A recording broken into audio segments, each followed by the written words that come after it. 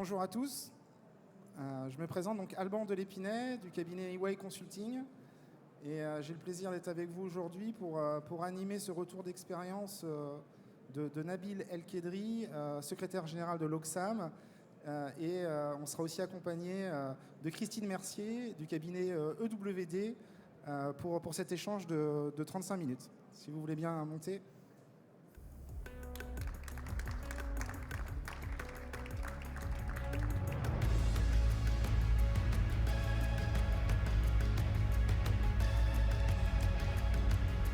Alors, on a une grosse trentaine de minutes d'échange, un temps de questions-réponses à la fin. On va commencer par les présentations. Donc Nabil, je vais vous laisser vous introduire et aussi nous présenter l'Oxam. Alors je pense que l'Oxam, vous connaissez tous, marque très forte qu'on voit partout sur le territoire, en centre-ville avec le matériel rouge. Mais peut-être que vous ne savez pas tous qu'en fait l'entreprise, enfin l'initiative entrepreneuriale, ça vient de Bretagne. Donc c'est pour ça que ça a d'autant plus de sens que Nabil soit aujourd'hui avec nous à Nantes pour ce retour d'expérience. Bonjour à tous, Nabil El-Kedri, donc secrétaire général du groupe l'Oxam. Donc comme l'a expliqué Alban, je vais revenir un peu sur ce que c'est le groupe l'Oxam pour ceux qui ne nous connaissent pas. Donc on est le leader de location de matériel pour la construction et l'industrie, et aussi pour le grand public. Donc on opère sur 30 pays. On est une entreprise française fondée en Bretagne il y a plus de 50 ans, et on effectue un chiffre d'affaires de 2,3 milliards en 2019 pour 11 000 collaborateurs et un réseau d'agences de 1100 agences dans l'ensemble du territoire. Voilà, Voilà, donc merci Nabil. Peut-être un mot, vous avez beaucoup grossi l'été dernier avec une très grosse acquisition qui a pratiquement doublé le groupe. Effectivement, on a effectué l'acquisition d'un des leaders de la location dans les pays nordiques, donc qui est la société Ramirent, qu'on a bouclé le mois de juillet 2019 et qui a effectivement transformé la dimension de notre groupe pour passer d'un groupe qui effectue 1,5 milliard à un groupe de 2,3 milliards et qui s'affirme comme leader européen et 3e mondial. Merci Nabil. Donc Christine Mercier, je vous laisse vous présenter également. Juste pour peut-être rappeler, en fait, donc le rôle de Christine, ça va être, avec son regard d'expert de la transfo digitale, de conclure nos échanges. Et évidemment, Christine ne fera pas hésiter à intervenir tout au long pour apporter votre regard sur l'histoire que va nous raconter Nabil. Oui, pas de souci, sachant que le timing va être serré et que l'intérêt pour vous, c'est surtout d'écouter Nabil et le témoignage de l'Oxam. Donc effectivement, j'interviendrai plus à la fin. Donc, je suis Christine Mercier, directrice générale de EWD Group. C'est un groupe nantais de 35 personnes qui accompagne les entreprises dans leur transformation pour favoriser une meilleure expérience du collaborateur et optimiser la relation client. Donc nous accompagnons donc les PME et les ETI dans le choix essentiellement de leur technologie de travail quotidien, donc collaborative, et également dans la relation client. Merci. Alors, je pense si ce n'est pas le premier témoignage que vous suivez, vous le savez, nouveauté par rapport à l'année dernière, vous pouvez poser des questions tout au long de l'échange. Je vous invite donc à aller sur votre smartphone, d'aller sur l'adresse donc evals.fr, de taper juste le code DC20, il n'y a pas besoin de vous connecter. Et toutes les questions que vous pouvez poser là dans les 30 prochaines minutes, enfin peut-être pas toutes s'il y en a trop, on aura l'opportunité de les poser à Nabil à la fin de la séance. Voilà, donc je vous remercie par avance d'être participatif dans cet échange. Un autre mot, Carole, si tu veux bien monter, c'est que vous aurez, si vous le souhaitez, la chance aussi, après cet atelier, d'avoir 30 minutes d'échange en plus petit comité dans la salle qui est juste derrière, pour un temps d'échange d'une trentaine de minutes avec Nabil, et Christine et moi-même. Voilà, donc je veux juste vous inviter, pour ceux qui ont envie d'échanger avec les trois intervenants, Après, donc de garder vos questions ou ce que vous avez envie de partager pour le temps de partage qu'il y aura. Donc, vous sortirez là à droite et donc c'est juste là derrière donc un post-atelier, un temps d'échange avec les 3 intervenants. Merci Carole. Alors, rentrons dans le vif du sujet. Première question, Nabil. Dans une activité de location, donc par nature, une activité de désintermédiation, fortement impactée par la transfo digitale. On connaît tous voilà, l'histoire de Airbnb avec le groupe Accor. Qu'est-ce que ça veut dire? Enfin, quel est votre point de vue sur l'impact de la transfo digitale dans la location B2B? Donc effectivement, la transformation digitale, ce qu'elle représente pour le groupe Locsam, c'est à la fois une nécessité, dans la mesure où on vit tous une révolution digitale qui vient bousculer l'ensemble des équilibres préétablis, surtout sur les réseaux de distribution physique, et qui effectivement viennent chambouler des nouveaux marchés avec toute la partie d'intermédiation digitale qui remplace le réseau physique. Donc effectivement, le groupe Locsam, en tant que position de leader dans son marché, dans son secteur, a voulu être à l'avant-garde de ces mouvements et opérer une transformation digitale de notre groupe. Et je dirais le second intérêt, qui est aussi une opportunité, c'est que on souhaitait aussi bénéficier des applications, des dernières technologies existantes pour améliorer à la fois le parcours de nos clients et en même temps le parcours de nos salariés. Donc c'était vraiment un double pilier pour lequel on va réussir à développer nos parts de marché aussi sur le web. Et est-ce que vous avez perçu des risques de vous faire disrupter?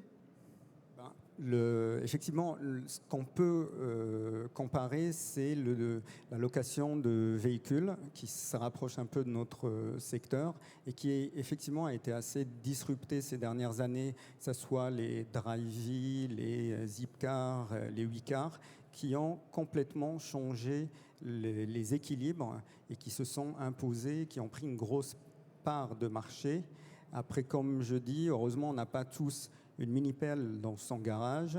Donc, pour le moment, il y a certes un peu plus de barrières d'entrée dans ce marché-là, mais effectivement, on voit se développer des startups qui font de la mise en relation et de la plateformisation du matériel et de la location de matériel.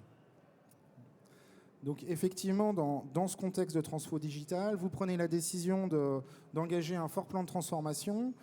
Ce qui est très intéressant chez Locsam, c'est, comment dirais-je, là où certains partiraient bille en tête sur la digitalisation de la relation client, l'axe fort que vous avez donné à cette transfo, c'est avant tout, quelque part, le digital au service de nos collaborateurs, améliorer l'expérience employée pour derrière améliorer l'expérience client. Donc est-ce que vous pouvez nous dire comment voilà, vous avez structuré ce programme, comment vous avez décidé de donner cet axe à votre transfo digital? Alors effectivement, on a, il y a 3 ans, lancé un plan de transformation digitale donc, qui à la fois était structuré sur 2 piliers. Le premier, c'est l'amélioration de l'expérience et du parcours client. Et le second pilier, c'est l'expérience employée. Donc effectivement, c'était de revoir l'ensemble des processus internes au sein d'une agence et de leur apporter effectivement, de leur faire bénéficier des dernières technologies existantes pour améliorer les conditions de travail, accroître l'excellence opérationnelle de nos collaborateurs dans les agences. Donc effectivement, on a à la fois lancé des nouvelles versions de sites web pour parler du volet expérience client. On a mis en place un portail client dédié pour qu'ils puissent piloter, suivre l'ensemble de leurs transactions, leurs interactions avec nos agences et avec l'Oxam. Et puis, on a aussi développé tout ce qui est EDI, tout ce qui est échange de données informatisées. Ça va de la dématérialisation des factures à se connecter avec leur ERP achat. Ça, c'était effectivement un premier volet de la transformation, mais celui qui nous a le plus occupé, c'est plus, pour le coup, accroître et améliorer l'expérience aussi de nos employés, in fine, au service du client. Et c'est à ce sujet-là où on a lancé plusieurs projets digitaux, plusieurs solutions qui portaient à la digitalisation des processus dans nos agences. Donc, on reviendra plus tard sur ces différents sujets. Donc, on imagine à ce moment-là de l'histoire, on se positionne il y a 2-3 ans. Le sujet est porté par la direction générale. Il y a un CDO dans l'histoire.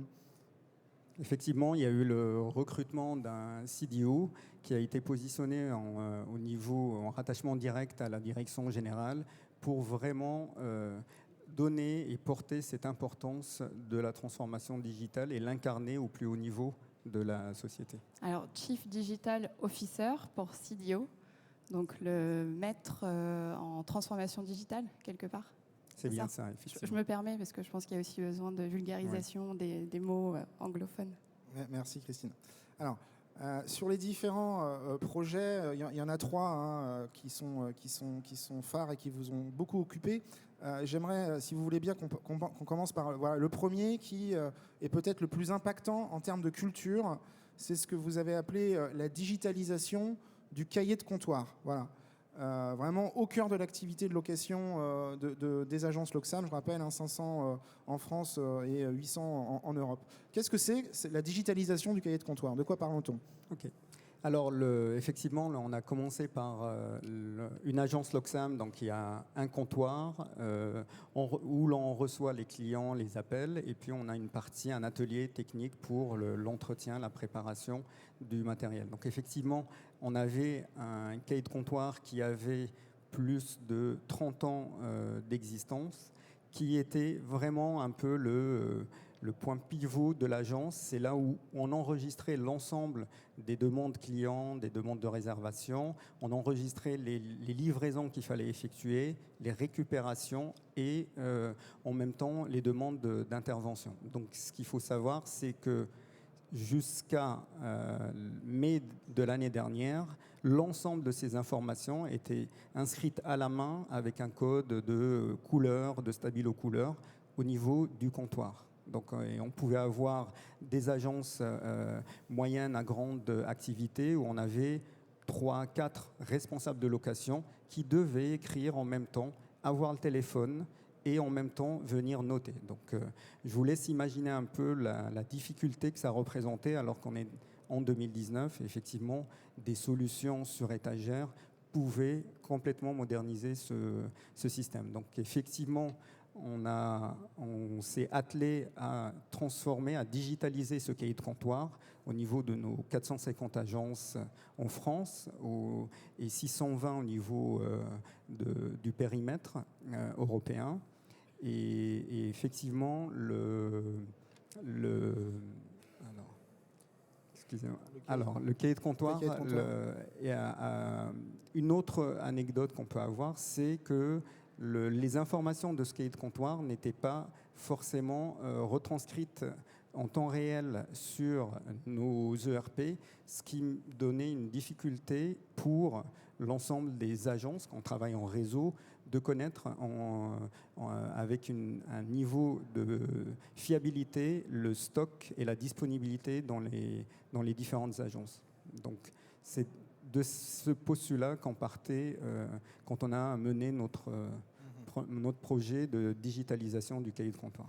Avec, je crois savoir, beaucoup de temps perdu au téléphone, entre agences, pour trouver du matériel disponible. Enfin, je ne sais pas, à Nantes, il doit y avoir 3 agences Loxam ou... On en a plus. Pardon. Alors, effectivement, ce qui se passait, c'est qu'on avait un ERP sur lequel on consultait une disponibilité, mais qui n'était pas forcément fiable parce qu'on avait un cahier de comptoir où on a peut-être promis ce même matériel en location à quelqu'un d'autre. Donc, on l'a estimé à 30% des appels entrants et sortants au niveau d'une agence étaient des appels inter-agences. Donc, c'est des appels où on fait attendre le client, où on perd des affaires. Donc, c'était vraiment très capital de moderniser et de mettre en temps réel cette information. Donc voilà, c'est vrai, très important. Donc 30% du temps, quelque part, entre guillemets, perdu entre agences, c'est là où l'outil digital peut aider justement à apporter la transversalité, partager les infos, la donnée entre toutes vos agences. C'est un changement peut-être culturel aussi de façon de travailler entre vos équipes. Un autre projet intéressant, que voilà, si vous pouvez nous l'évoquer succinctement, c'est au-delà du comptoir, votre métier, ça reste de mettre à disposition du matériel, de le récupérer, de le maintenir. Et voilà, il y a quelque part ce que vous appelez les hommes du parc. Enfin voilà. Et ils faisaient ça sur voilà, peut-être des petits morceaux de papier qu'ils accrochaient à la machine. Donc comment ça s'est passé là, la digitalisation plus voilà, du parc de matériel Locsam? Effectivement, là, on parle, le second projet qui était aussi important dans notre phase de digitalisation des agences, c'était toute l'activité en atelier et ce qu'on a les contrôles, départ et retour de matériel qui effectivement se faisait dans des fiches de contrôle papier avec l'ensemble de l'incertitude qui allait avec, les oublis, et qu'effectivement on a digitalisé grâce à une application sur smartphone pour permettre aux responsables de parc d'effectuer l'ensemble des points de contrôle qu'il doit faire sur la machine avant de la mettre en disponible en location, ainsi que de prendre des photos, un peu comme on peut avoir sur les applications de location de véhicules, donc de prendre des photos avant de départ et des photos de retour, ce qui nous a aussi permis de réduire les litiges avec les clients par rapport à l'état du matériel avant et après. Merci. Et donc dernier projet, le digital, c'est aussi de la transversalité dans l'organisation et quelque part ça a été une opportunité pour Locsam de centraliser la logistique dans certaines agglomérations. Donc effectivement, notre premier métier, c'est la location de matériel, mais on a une grande activité aussi d'acheminement et de récupération de ce matériel auprès de nos clients. Donc on a une forte activité de logistique où, selon les différentes agences, elles ont des camions et des chauffeurs rattachés à leur agence.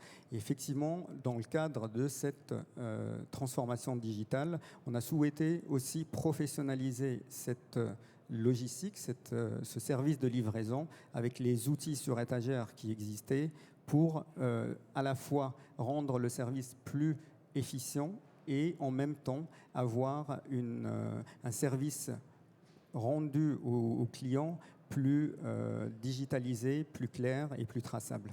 Et quand vous dites outils sur l'étagère, vous entendez solutions technologiques du marché qui sont tout de suite bien ficelées et qui répondent à la majorité de vos besoins, c'est ça? Oui, complètement. Donc effectivement, il y a des solutions de planification, d'optimisation des tournées, on n'a pas réinventé la roue, donc on a fait juste qu'implémenter. Après, effectivement, le projet s'est fait en 2 temps. On a commencé à dire que c'était une mutualisation qui avait du sens au niveau de métropole ou à un niveau un peu où il y a une grappe et une densité. Comme à un moment, on s'est rendu compte que cette mutualisation, elle était destructrice de valeur au niveau d'agences dites isolées.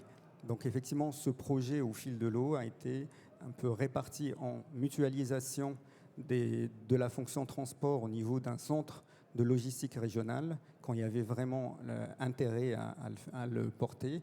Et puis on a professionnalisé aussi la planification des tournées de transport au niveau des agences où elle ne faisait pas partie d'un réseau de mutualisation de cette fonction. Okay. Alors, vous l'avez compris, quelque part, ces différents projets ont impacté Locsam de manière complètement transversale, à la fois dans la relation client, dans la gestion de la location, dans la gestion du parc, dans la gestion de la logistique. Donc voilà, question suivante, évidemment, comment vous vous y êtes pris pour à la fois lancer l'ensemble de vos équipes dans la dynamique et pour, quelque part, réussir ces projets? Donc, effectivement, les 3 projets que je viens de citer sont des projets 100% process, mais il y avait une composante très importante et qu'on n'a pas négligée au sein du groupe, c'est la partie accompagnement au changement, donc le change management, où effectivement on s'est rapidement dit que c'était des projets qui étaient quand même assez structurants, qu'on allait changer les habitudes de nos collaborateurs dans les agences de plus de 30 ans avec un niveau d'ancienneté assez important. Donc on a jugé important de se faire accompagner pour adresser cette partie d'accompagnement au changement. Donc quand on dit d'accompagnement au changement, ça va à la fois de la communication, donner du sens au projet, embarquer les collaborateurs, jusqu'à aller dans le détail de quel dispositif de formation il faut mettre en place, comment on accompagne les collaborateurs et jusqu'à s'assurer à la fin que l'outil correspond bien et qu'il est utilisé au maximum. Et concrètement, ça veut dire quoi? Je dirais en termes d'actions qui ont été menées pour accompagner vos collaborateurs? Donc, je vais essayer d'aller un peu rapidement. Au début, on a commencé par une phase diagnostique, donc où on s'est fait accompagner par le cabinet EY, ici présent, où on a effectué un diagnostic pour savoir quelles sont les contraintes du terrain, de l'exploitation, quel est le niveau d'impact des différents projets auprès de nos collaborateurs et comment on réussit le déploiement et quelle méthode on effectue. Donc, c'était une phase de 2 mois, ce qui a abouti à un plan de transformation qu'on a mis en place, qui était à la fois effectivement toute une campagne de communication, d'information auprès des différents niveaux de management pour les embarquer, leur expliquer l'intérêt et aussi l'urgence de mener cette transformation digitale. Et par la suite, il y a eu tout un programme de formation qui a été à la fois mis sur un premier module de e-learning, où on a envoyé des formations en ligne pour un teasing, pour donner un peu l'envie aux collaborateurs. Après, on a effectué des formations, donc une journée de formation en région, et ce qu'on a réalisé, c'est un coaching sur agence par une communauté d'experts digitaux. Donc ce qu'on a fait, et c'était aussi un des points importants du succès et de la composante de l'accompagnement du changement, c'est qu'on s'est appuyé sur des collaborateurs en interne qu'on a identifiés pour faire monter en compétences en formation et sur les outils digitaux, et c'était eux qui ont porté cette transformation digitale auprès de leurs pairs. Donc on a eu une communauté de 50 experts sur la France et le périmètre de 8 pays qui ont été formés et qui ont après assuré cette transformation digitale. Et on a eu beaucoup d'intérêt à choisir plutôt de porter cette transformation par l'interne que de ramener des formateurs, ce qui n'allait pas vraiment avoir une légitimité auprès de nos collaborateurs sur l'ensemble du réseau de nos agences. Ouais, donc vous avez misé quelque part sur la formation entre pairs, entre collègues. Quelles ont été, je ne sais pas, des difficultés pour justement sortir des responsables de location, un peu du business, de l'activité quotidienne? Ça s'est fait simplement? Il y a eu des résistances au niveau des équipes de direction, soit des agences, soit au niveau de l'exploitation Locsam? Donc effectivement, ces experts digitaux, la communauté qu'on a constituée, il fallait qu'on ait la crème de la crème, des gens motivés. Et effectivement, au début, ce n'était pas aussi évident de convaincre leurs managers qu'ils allaient être détachés sur une mission de transformation digitale, de déploiement pendant 2 à 4 mois selon les dimensions des agences. Donc, mais au final, et vu qu'on avait mené une campagne de sensibilisation, d'information et de mobilisation autour du projet, on a eu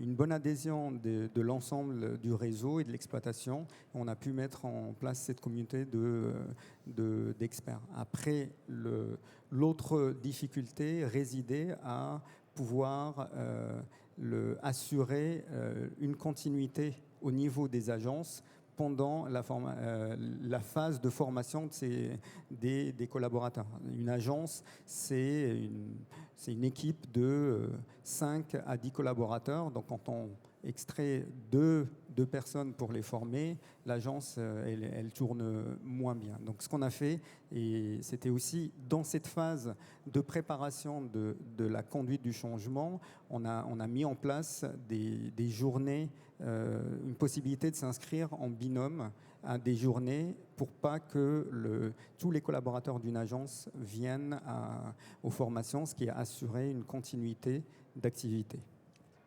D'accord.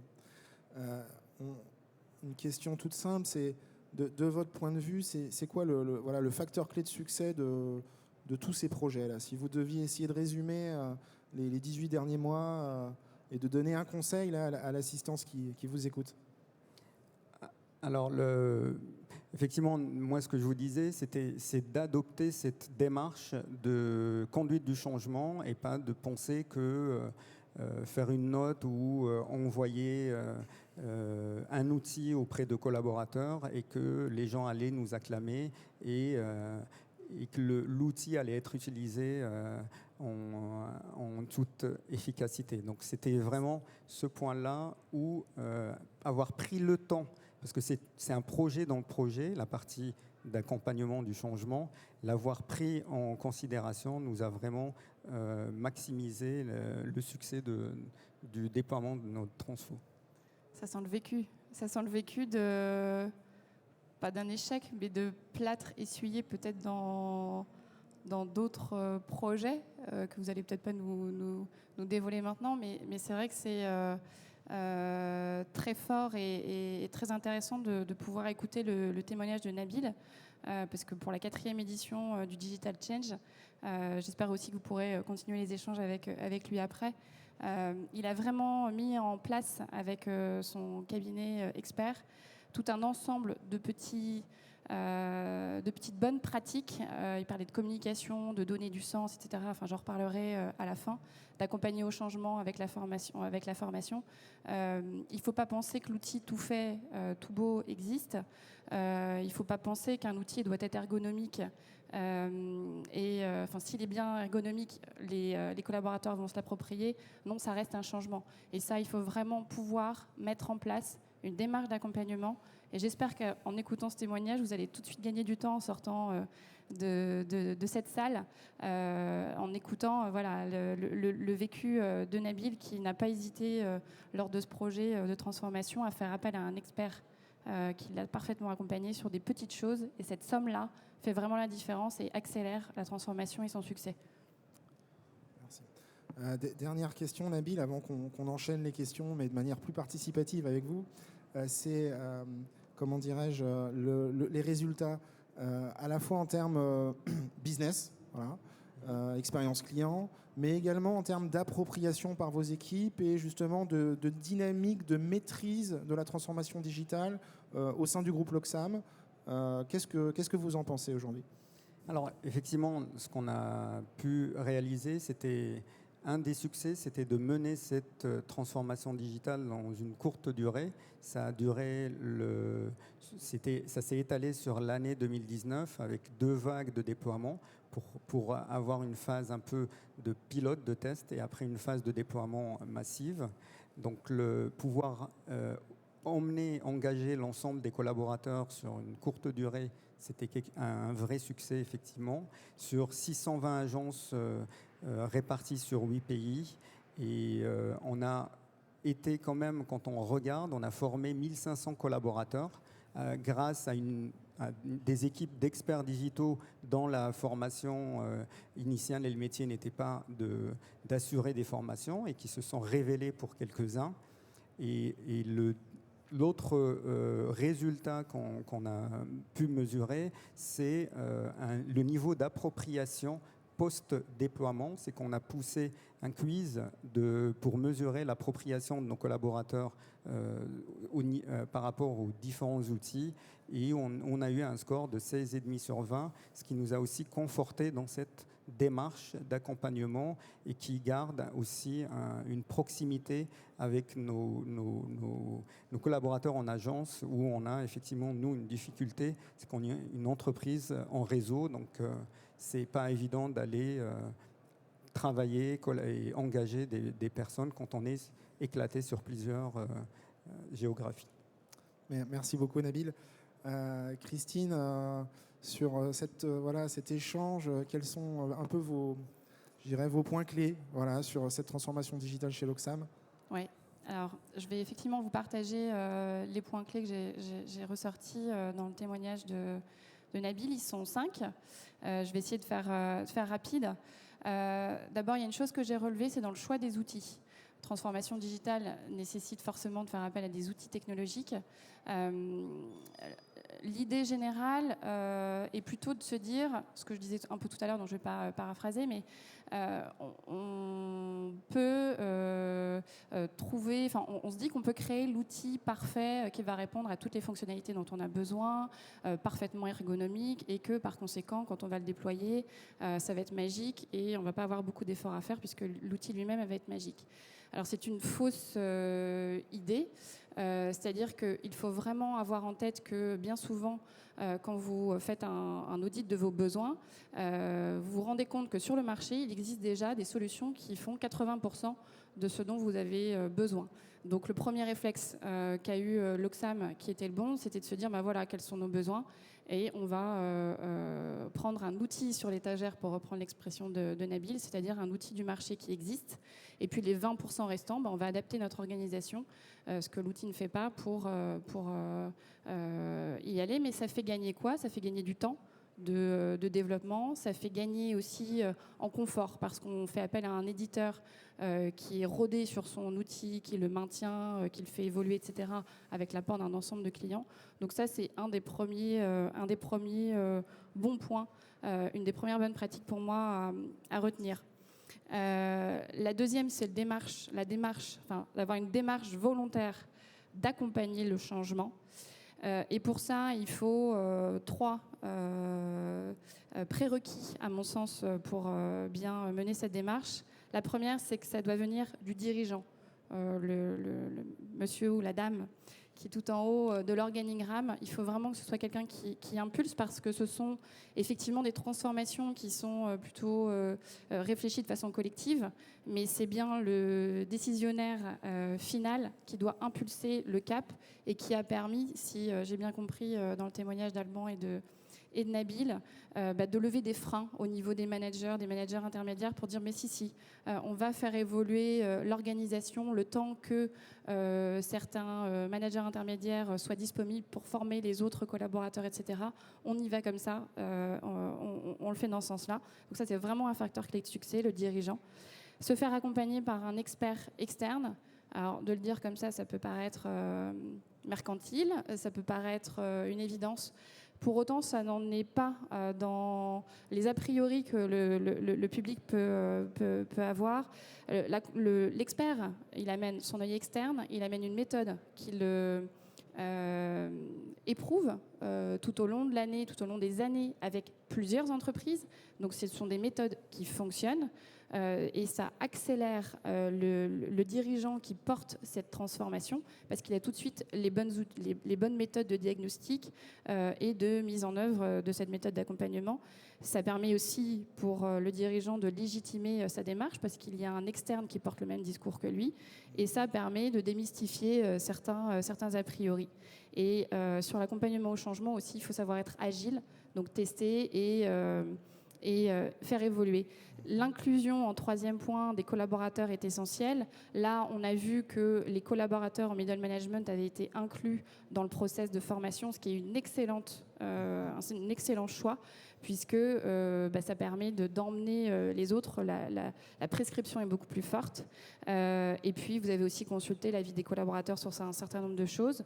Il faut savoir, quatrièmement, les écouter, évaluer. Nabil n'en a pas parlé, mais on a la petite réunion après si vous voulez continuer, parce que aussi là, ça permet d'avancer, d'écouter, de tester et de réadapter en fonction des retours qu'on peut avoir de ses collaborateurs. Et puis un point qui est important que je vis dans toutes les transformations sur lesquelles on peut accompagner nos clients également, c'est le sens, donner du sens à cette transformation numérique. Et il y a eu un ensemble d'actions qui ont aussi été menées par l'Oxam pour donner à comprendre le bénéfice de cette transformation dans la relation client, mais aussi pour le collaborateur, avec toute une démarche de communication interne et de partage, en incluant aussi différents niveaux de management. Donc voilà pour les 5 points à retenir pour moi, qui sont remarquables dans cette transformation. Et je le redis, en 4 ans de Digital Change, c'est dommage, on n'a que 30 minutes, mais pour moi, l'Oxam est vraiment un cas exemplaire d'accompagnement de cette transformation. Bravo à vous. Merci beaucoup Christine pour ce regard. Ce que je vous propose maintenant, c'est d'engager la conversation. Vous avez certainement pu partager j'espère, sur l'application un certain nombre de questions. Normalement, ça va arriver. Voilà. Merci beaucoup à la personne qui a envoyé la question. Là. Donc, est-ce que le rapprochement avec Rami-Rent vous a permis de bénéficier de nouveaux outils innovants? Alors, très bonne question. Ils sont arrivés un peu, entre guillemets, comme un cheveu sur la soupe après la transfo digitale. Comment ça s'est passé à ce niveau-là? En avance, en retard? Donc, en fait, le rachat de Rami-Rent est un peu récent. Donc ça fait 6 mois qu'on a effectué cette acquisition. Et aujourd'hui, on a entamé des travaux, une transversalité où on regarde l'ensemble de leurs outils digitaux et toutes les avancées technologiques, innovations en lien avec le matériel. Et en même temps, on est en train aujourd'hui de leur expliquer et qu'ils viennent regarder ce qu'on fait aussi.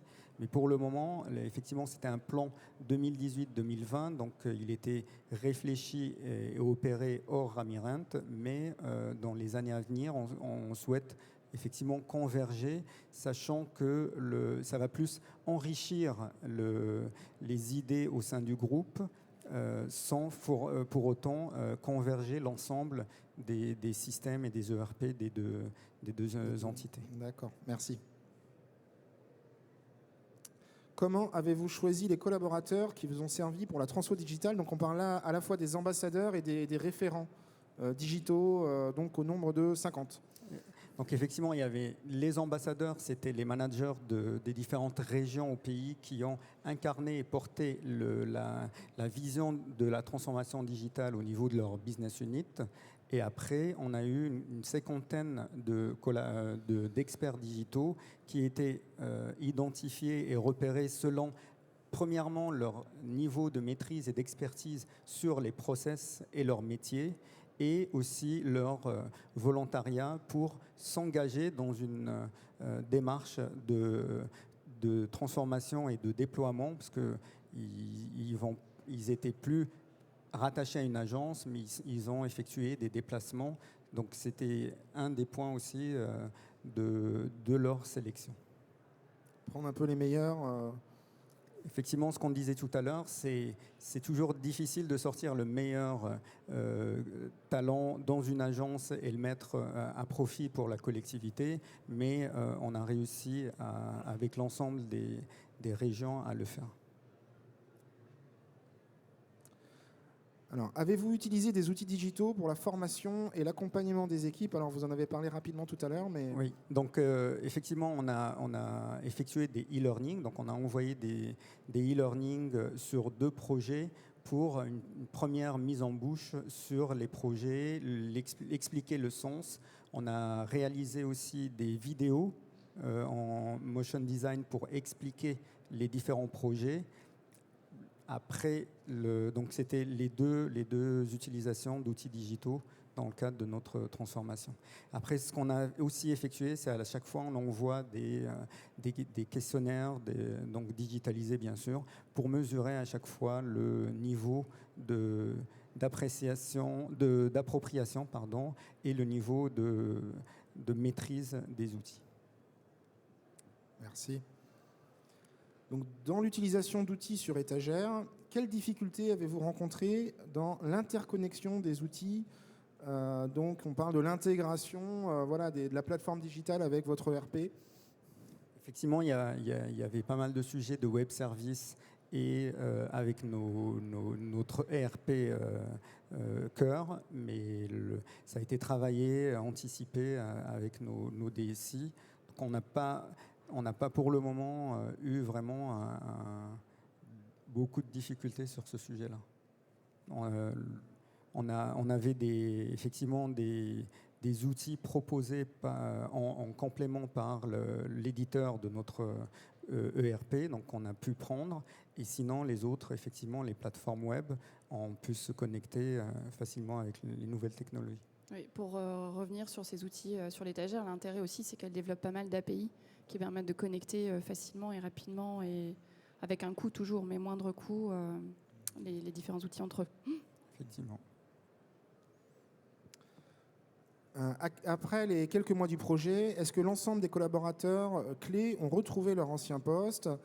Que sont devenus les référents, les ambassadeurs là, chez l'Oxam ? Donc effectivement, les 50 experts digitaux sont repartis dans leur poste en agence. On continue à faire une animation de cette communauté, donc avec l'ambition de les rassembler tous les 6 mois, un minimum, pour pouvoir effectivement tester auprès d'eux les futures évolutions des outils, des nouvelles solutions digitales, ce qui nous permet de capitaliser sur cette ressource rare auprès de l'ensemble de nos régions. Oui, et effectivement, 2-3 collaborateurs ont été pour le coup utilisés comme des experts, des sachants de leur région et qui accompagnent d'autres agences sur l'amélioration des process et dans les agences ou la formation. Effectivement, on s'appuie aussi sur ces collaborateurs dans notre cycle de formation des nouveaux arrivants pour leur donner un point de vue terrain des outils et du poste que les responsables de location qui viennent de rejoindre le groupe vont effectuer.